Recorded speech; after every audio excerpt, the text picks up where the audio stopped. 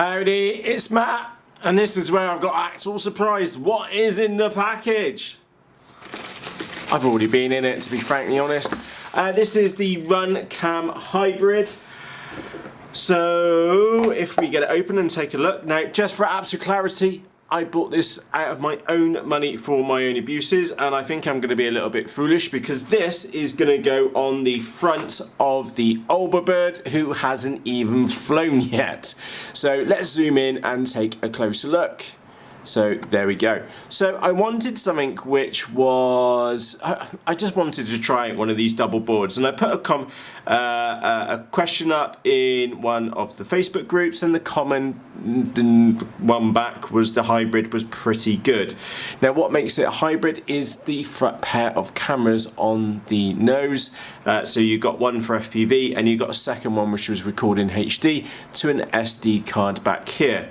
Now what I'm going to be doing, and you'll have to excuse me because this one's slightly broke, this is the 3D printed pan and tilt system which I got off Thingiverse. I will put a link to this in the video description for you so you get the right one. And by the way, it won't be this one for the hybrid, this is the other one which Keith Bonafide Pirate made. And as you can see by the hot glue, I've been in used and abused it already. I had it set up with the what do we call it? The binary. That was it. I had it in the binary, and of course it broke because the binary kind of also broke when it tip stool.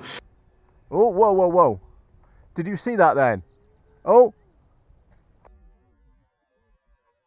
Oh, whoa, whoa,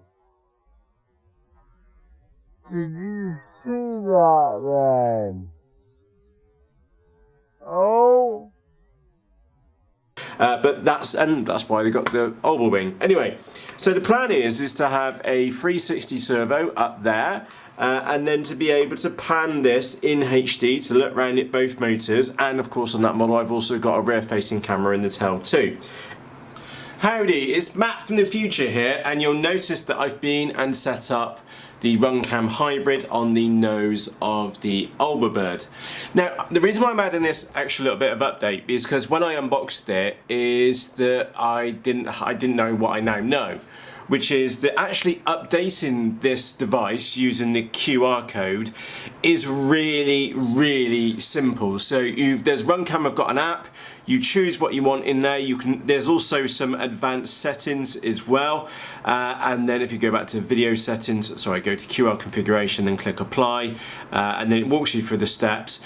But it was so easy to do that. And you literally just press and hold the button on the side, point that in the phone in front of the camera, and then it blinks on there to let you know that it works. So I know some people have commented that this was difficult or maybe a little bit tedious.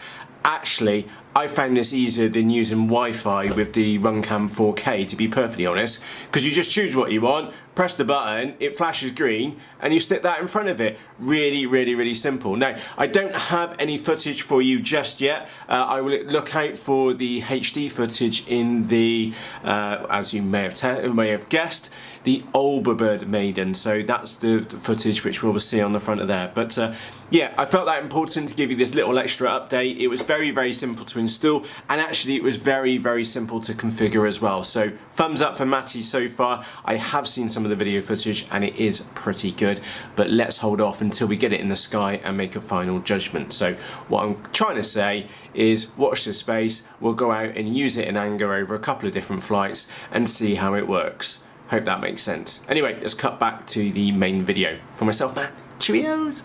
Anyway, I digress very quickly. I was looking for a simpler module to not carry a RunCam and maybe go for it and just genuinely try out one of these all-in-one modules. Now, I went for the RunCam Hybrid because that seemed to be the one which most people are liking.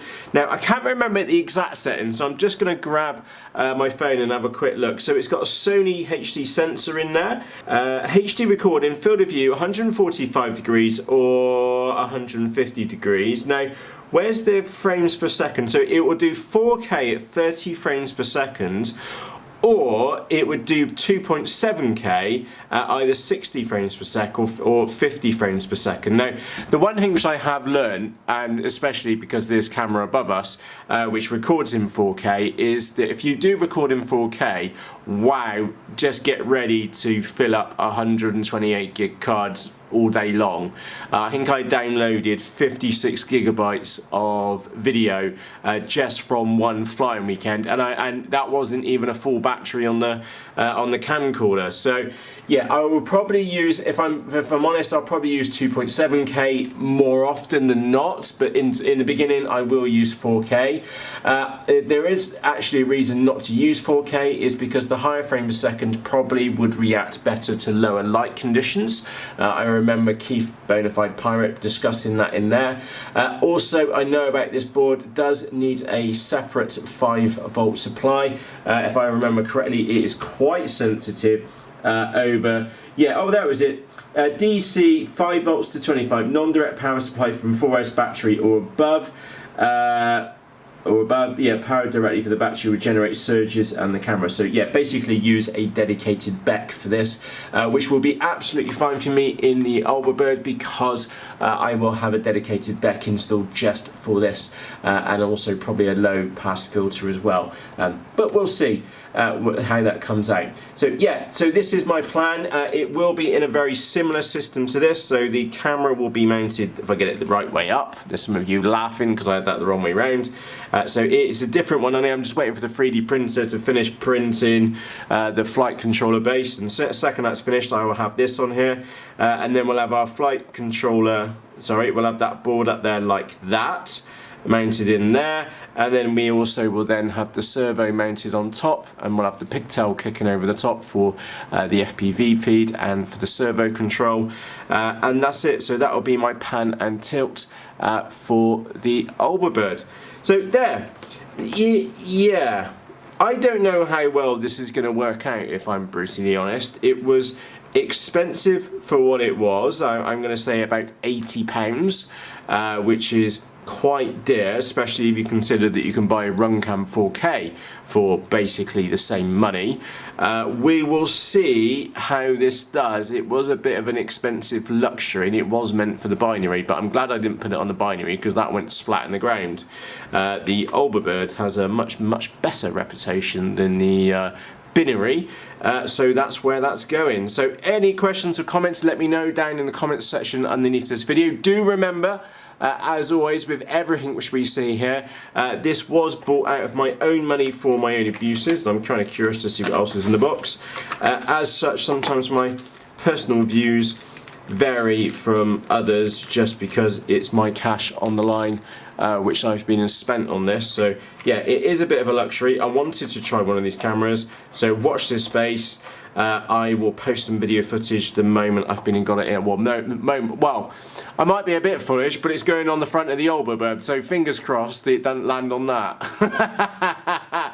So on that note, if you're new here, I'm Matt, welcome aboard. Don't forget to press the subscribe button, and of course to press the bell notification, because the next video which comes out could quite well be some flight footage, not only with using the HD version on here, we can also look at the FPV, and it would also be the maiden of the albabird as well.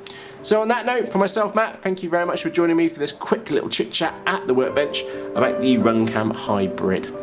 So with that said, for myself, Matt, cheerios!